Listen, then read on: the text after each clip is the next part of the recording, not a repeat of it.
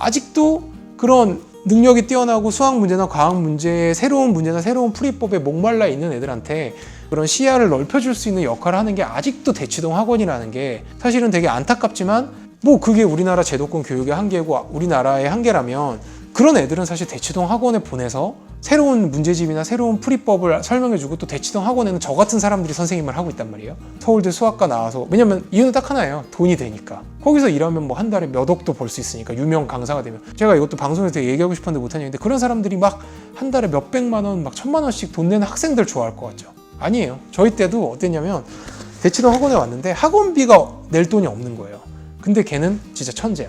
그래서 막 수학 문제 풀고 이러면 정말 기발한 방법으로 풀어. 나도 이해가 안 가. 학원 선생님도 한참을 들여다보고 있어야 이해가 되는 방법 풀어. 학원 선생님이 원장 선생님이 그랬었어요. 너는 학원비 안 내도 된다. 우리 학원 나와서 내가 너는 학원비 안 받을 테니까 나와달라. 왜냐면 뭐 그 선생님이 뭐 고등학교 공교육 선생님도 아닌데 뭐 얘 인재를 기르고 싶게 그게 아니라 걔가 있어야 저처럼 비싼 돈 내는 학생들이 모이거든요. 왜냐면 내가 이 학원 다니는데 이 학원에서 나보다 수학 잘하는 애가 없어. 맨날 똑같은 문제만 풀고 이거는 이제 그냥 밥 먹으면서도 풀 수 있어. 이런 문제만 학원에서 보여주고 나보다 수학 잘하는 애가 없는 학원에 다니고 싶겠어요? 아니면 어떻게 이런 문제가 있지? 그리고 어떻게 이런 문제를 이렇게 아무렇지도 않게 풀지? 이런 학생이 있는 학원에 다니고 싶겠어요? 그러니까 그런 애들이 학원에 있어주면 걔 때문에 돈을 내고 다니는 소위 말하는 그런 금수저 학생들이 대치동 학원으로 모이니까 원장들이 오히려 그런 학생들 되게 좋아해요. 그래서 심지어 저희 동네에 살았던 애도 있는데 걔도 저랑 같이 서울과학고를 갔는데 걔는 집이 그렇게 오히려 못 사는 편이었거든요. 근데 걔는 저랑 같은 학원에 다녔어요. 근데 저는 걔가 학원비를 적게 낸다는 걸 알고 있었죠. 저도 사실 그거에 대해 반감도 없었고 제가 뭐 반감이 있겠어요. 저도 얘랑 같이 공부하면 수학 실력도 늘고 얘한테 배우는 것도 많고 그런데 그러니까 대치동 학원이 그런 역할을 할 수 있다면 그런 역할을 하는 것도 어떻게 보면 공교육이 목하는 거에 충분히 기여하는 거죠. 물론 대치동 막 아파트 값을 막 올리고 막 한 달에 몇 백만 원의 학원비를 내지 않은 학생들이 그런 걸 차단하는 거는 되게 안타깝죠. 저도. 하지만 그런 역할을 공교육이 못한다면 대치동 학원은 그런 역할을 하는 것만으로도 왜냐면 저는 실제로 그런 데서 저도 몰랐던 재능을 개발을 했었고 그래서 저는 이 유튜브를 보는 학생들한테도 자기가 만약 학원비가 없으면 나는 대치동 학원 문제 능력이 있다고 생각이 들면 대치동 학원 가면 대치동 학원이 과학고나 서울대도 아닌데 입학시험을 봐요. 왜냐면 얘가 어느 정도 레벨이 돼야 우리 학원에 넣어주잖아요. 그럼 가서 시험 보라고 얘기하고 싶어요. 분명 10명의 원장 중에 8, 9명의 원장은 학원비가 없어도 만약에 본인들이 실력이 어느 정도 뛰어나다. 그러니까 그 실력이라는 게 그런 거예요. 그러니까 얘는 이미 과외도 하고 학원도 하고 이래서 10개 문제 중에 8, 9문제를 풀었어. 그래도 천편일률적인 해답을 쓴 애보다 학원 같은 것도 한 번도 안 가봤을 것 같고 사는 동네도 뭐 막 경기도고 뭐 이랬는데 10개 중에 한 2-3개밖에 안 풀었는데 풀이법이 너무 기발해. 그러면 원장은 얘 학원비 안 내도 학원 다니라고 해줄 겁니다. 그러니까 저는 확신해요. 왜냐면 제가 그걸 눈으로 봤었고 걔 때문에 10명, 20명이 모이거든요. 그런 면에서 사실 대치동 학원의 순기능은 분명히 있다고 생각하고 그리고 또 마지막으로 하나 하고 싶은 게 또 제가 학원을 다녔던 90년대랑 지금은 또 되게 다른 게 지금은 인터넷 모바일이 너무 활성화돼 있잖아요. 그렇기 때문에 대치동 학원에 꼭 안 가도 수학 잘하는 사람들끼리 모여서 문제 공유하고 그러니까 저희 때는 진짜 온라인이란 게 인터넷이란 게 없던 시절이었기 때문에 94, 5, 6, 7, 8 이때는 정말 대치동 학원에 직접 막 어머니가 운전하는 차를 타고 가서 그 학원에서 책을 소개받거나 문제를 소개받지 않으면 아예 그런 거에 대해서 책의 제목도 알기도 힘들었죠. 근데 요새는 대치동 학원에 제가 이렇게 아무리 이게 대치동 학원에 갈 수조차 없는 학생들도 전국에 많을 거 아니에요. 왜냐면 뭐 내가 제주도에 산다든지 강원도 산골에 산다든지 근데 내가 수학에 재능은 있는 것 같은데 그럼 인터넷으로 검색하면 그런 커뮤니티에도 요즘은 평면기의 아이디어라는 책 뭐 이름이라든지 그런 문제들이 다 공유가 되고 있어요.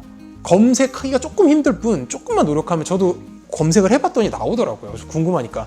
그래서 요새는 생활보호 대상자여도 핸드폰은 갖고 있잖아요. 최신 기종이 아닐 뿐 또 집에 인터넷 되는 컴퓨터 한 대 정도는 있고 검색하면 정보 다 찾을 수 있어요. 그런 책을 하나 찾아서 아니면 그런 풀이법을 인터넷으로 공부 잘하는 애들끼리 서로 공유해서 이 풀이법은 어때? 뭐 저 풀이법도 이런 거를 하는 거랑 안 하는 거는 똑같은 재능을 갖고 있는 아이여도 새로운 문을 열어주는 거랑 똑같은 효과가 있거든요. 새로운 세계를 보여주는 거랑. 그러면 이제 본인이 알 수 있는 거죠. 그러니까 내가 정말 재능이 있구나 이쪽으로. 흥미도 생기고. 아니면 내가 우물한 개구리였구나. 나는 그냥 이 시골에서만 내 1등이었지 나는 수학에 재능이 없어라는 걸 알 수도 있겠죠. 뭐 그것도 그것대로 의미가 있는 거예요. 제가 봤을 때는. 그러니까 그런 거를 좀 공교육에서 교과서나 뭐 그런 편편일률적인 문제집에서 안 나오는 것들을 내가 이 유튜브를 보고 있는 그런 내가 수학이나 과학에 재능이 있는 것 같고 재능도 있고 흥미도 있고 그러니까 보통 재능 있는 학생들은 흥미도 있어 하거든요. 막 수학 문제 푸는 것도 재밌어 하고 있는 학생분들은 꼭 그런 거를 좀 하셨으면 좋겠어요. 그러니까 뭐 그런 거예요. 대치동 수학 경시 학원 뭐 이렇게 치잖아요. 그러면 이제 학원들 쫙 나와요. 그러면 그런 데 들어가서 뭐 게시판 같은 데 들어가면 평면기의 아이디어, 정수론 이런 책들 이름 같은 거 나옵니다. 그럼 그런 책 요즘에 심지어 서점 안 가도 인터넷으로 주문하면은 집으로 택배로 오잖아요. 그런 책 알아보고 이해가 안 가면 그런 것도 인터넷 사이트에 나 여기서 이거 넘어가는 게 이해가 안 돼. 그럼 설명해주는 학생들 분명히 있습니다. 그러니까 그런 식으로 하시면 돼요. 그래서 요새는 오히려 대치동 학원이라는 거가 부정적으로만 느껴지는 시기가 아니기 때문에 훨씬 더 그거를 긍정적으로 이용할 수 있지 않나. 그러니까 그거에 대해서 새로운 책이나 새로운 문제집을 발견하는 건 지금도 대치동 학원의 몫일 거예요.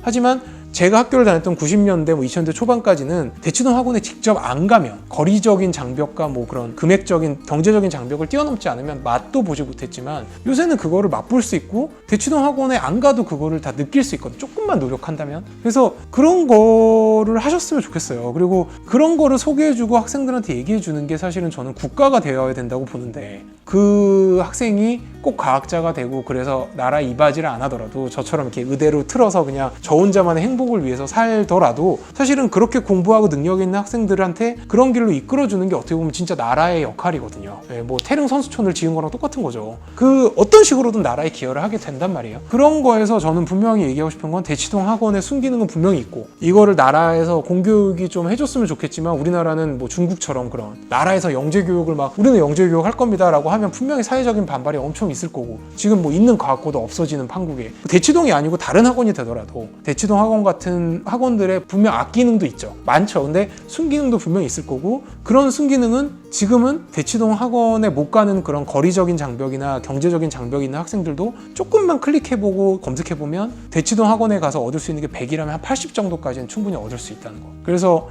저는 그거를 좀 이거를 유튜브를 통해서라도 공부가 먼 이상 이런 얘기를 할 수가 없었기 때문에 좀 얘기를 해드리고 싶었어요. 왜냐면 분명히 나 좀 새로운 어려운 문제 내가 못 푸는 문제여도 내가 장벽에 깝깝함을 느끼더라도 그런 문제들을 좀 풀어보고 싶어. 실력도 정말 느는 것 같고 재미도 있고 너무 좋아. 근데 주위에 물어봐도 뭐 동네 학원에 가도 내가 다 아는 문제집 내가 푸는 문제밖에 안 가르쳐줘라는 학생들이 물론 그런 학생들은 정말 1% 안에 드는 학생들이지만 분명히 지금도 있을 거거든요. 그럼 이제 거기서 그냥 나는 여기서 만족해야겠다라고 하는 것과 그거에 대해서 재미를 느끼는 거랑은 성적에서도 천지 차이지만 그 학생의 앞으로의 진로나 인생을 나아가는 데 있어도 정말 엄청난 차이를 줄 거예요. 그래서 저는 사실 그 얘기는 꼭 해드리고 싶어요. 네. 이 영상이 도움이 되셨다면 구독과 좋아요, 알림 설정까지 부탁드려요. 여러분, 안녕!